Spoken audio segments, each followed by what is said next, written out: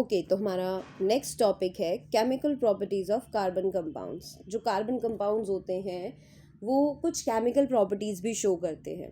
ठीक, तो यहाँ पर हम कुछ केमिकल प्रॉपर्टीज़ पढ़ने वाले हैं। सबसे पहली है कंबशन। कंबशन यानी कि बर्निंग। कार्बन कंपाउंड्स जब बर्न होते हैं या कंबस्ट होते हैं तो वो क्या करते हैं, वो कार्बन डाइऑक्साइड प्रोड्यूस करते हैं, वाटर प्रोड्यूस करते हैं और हीट प्रोड्यूस करते हैं। ठीक है, जैसे कि आप यहाँ पे रिएक्शंस में भी देख सकते हो, जब कार्बन कंपाउंड्स को बर्न किया जा रहा है, जैसे मीथेन को ऑक्सीजन के साथ रिएक्ट किया जा रहा है, ऑक्सीजन की प्रेजेंस में ही कंबशन होता है ना। बर्निंग जो है वो आपकी ऑक्सीजन की प्रेजेंस में होती है। तो जो भी आपके कार्बन कंपाउंड्स हैं, जैसे कि मीथेन हो गए, इथेनॉल हो गया है ना, तो वो जब बर्न होंगे ऑक्सीजन की प्रेजेंस, वो क्या कर रहे हैं, वो carbon dioxide, water, heat and light produce करते हैं। ठीक है, carbon dioxide, water, heat and light ये प्रोड्यूस करते हैं। कुछ केसेस में carbon dioxide heat and light भी प्रोड्यूस करते हैं, जैसे कि आप यहाँ देख सकते हो, कार्बन जो है वो ऑक्सीजन के साथ रिएक्ट कर रहा है तो कार्बन डाइऑक्साइड बना रहा है ना, तो हीट एंड लाइट भी मिल रही है साथ में। अब हम टाइप्स ऑफ कंबशन की अगर हम बात करें तो दो टाइप के कंबशन होते हैं। Very first is complete combustion and the second one is incomplete combustion. ठीक है, कंप्लीट कंबशन क्या होता है, जब कार्बन कंपाउंड्स को सफिशिएंट ऑक्सीजन मिलती है, यानी कि अच्छे से पूरी ऑक्सीजन मिलती है, तो वो क्या करते हैं, वो बर्न होते हैं सफिशिएंट ऑक्सीजन की प्रेजेंस में और कार्बन डाइऑक्साइड एंड वाटर जो है वो प्रोड्यूस करते हैं। ठीक है, carbon dioxide and water produce करते हैं। इसमें जो फ्लेम होती है वो ब्लू फ्लेम आती है और कोई भी स्मोक नहीं मिलता। ठीक है, लेकिन इनकम्प्लीट कंबशन के केस में क्या होता है, कार्बन कंपाउंड इनसफिशिएंट ऑक्सीजन की सप्लाई में बर्न होता है। ठीक है, यानी कि उनको ऑक्सीजन सफिशिएंट अमाउंट में नहीं मिलता, इसीलिए वो क्या बनाते हैं, वो बनाते हैं कार्बन मोनोऑक्साइड। इनकी जो फ्लेम होती है वो येलो होती है और स्मोक भी प्रोड्यूस करते हैं ये।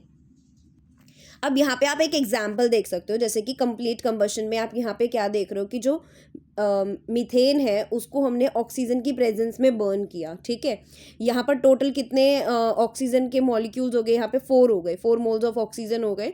तो जब इसको रिएक्ट किया तो 2 मोल्स ऑफ ऑक्सीजन जो है वो वाटर के साथ अटैच हो गए और 2 मोल्स जो हैं ऑक्सीजन के वो कार्बन के साथ अटैच हो गए, तो कार्बन डाइऑक्साइड बन गया और वाटर बन गया।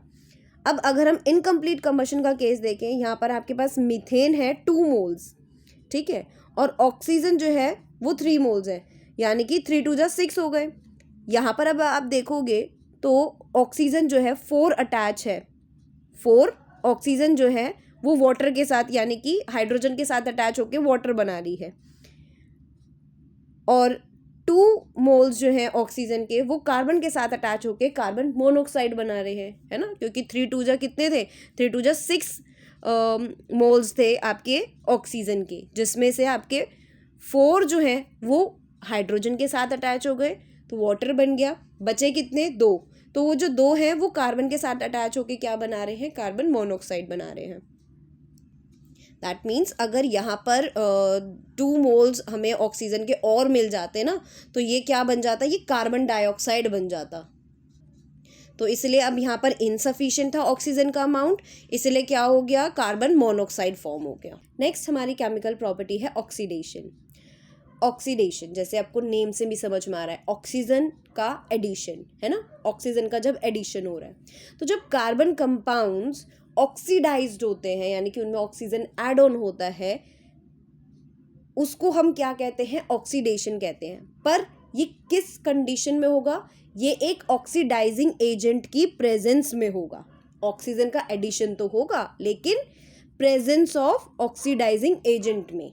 ठीक है, यानी कि जब उनके पास एक ऑक्सीडाइजिंग एजेंट की प्रेजेंस होगी तभी वो ऑक्सीजन ऐड करेंगे। अब ऑक्सीडेशन के केस में आपके पास कौन कौन से ऑक्सीडाइजिंग एजेंट्स होते हैं, एक तो होता है आपके पास पोटेशियम परमैंगनेट KMnO4, ठीक है, एक आपके पास होता है पोटेशियम डाइक्रोमेट।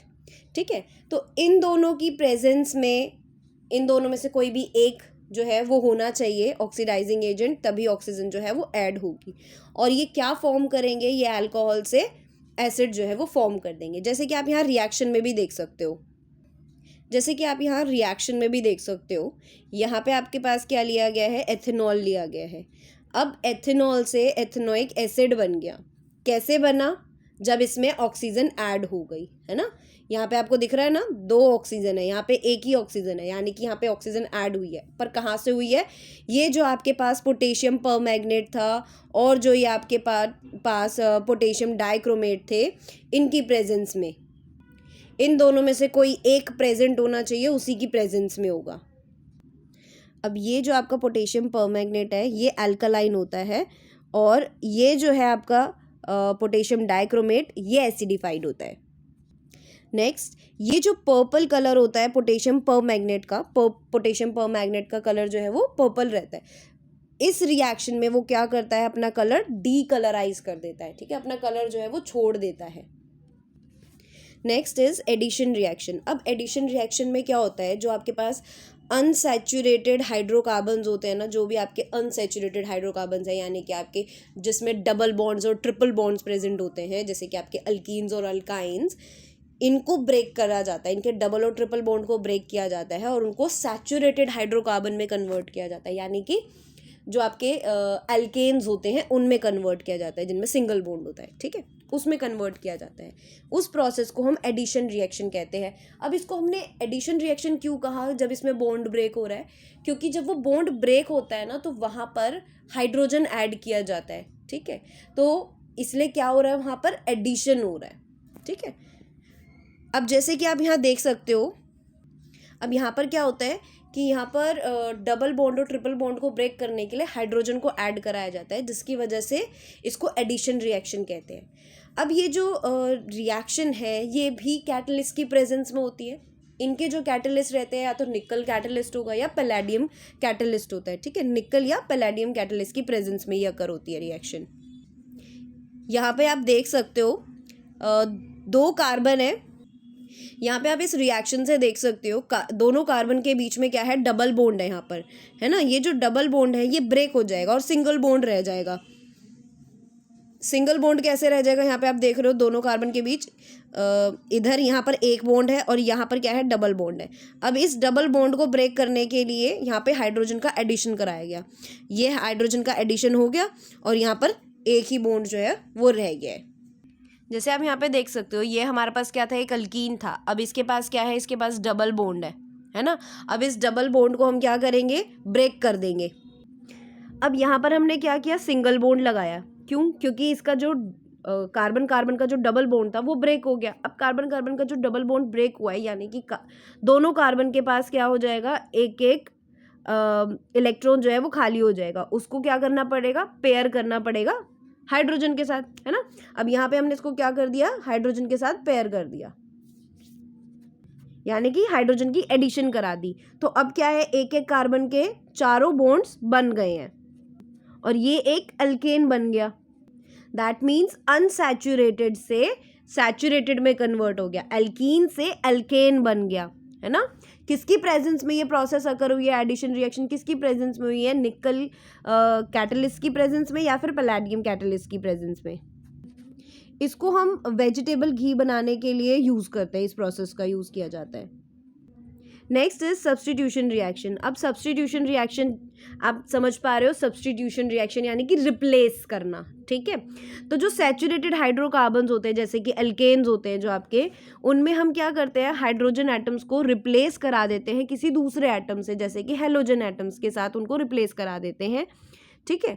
ये प्रोसेस किसके प्रेजेंस में की जाती है, ये सनलाइट के प्रेजेंस में की जाती है। जैसे कि आप यहाँ पे देख सकते हो, मीथेन को हम क्लोरीन के साथ रिएक्ट कर रहे हैं, तो आपके पास प्रोडक्ट क्या आ रहा है, क्लोरोमीथेन।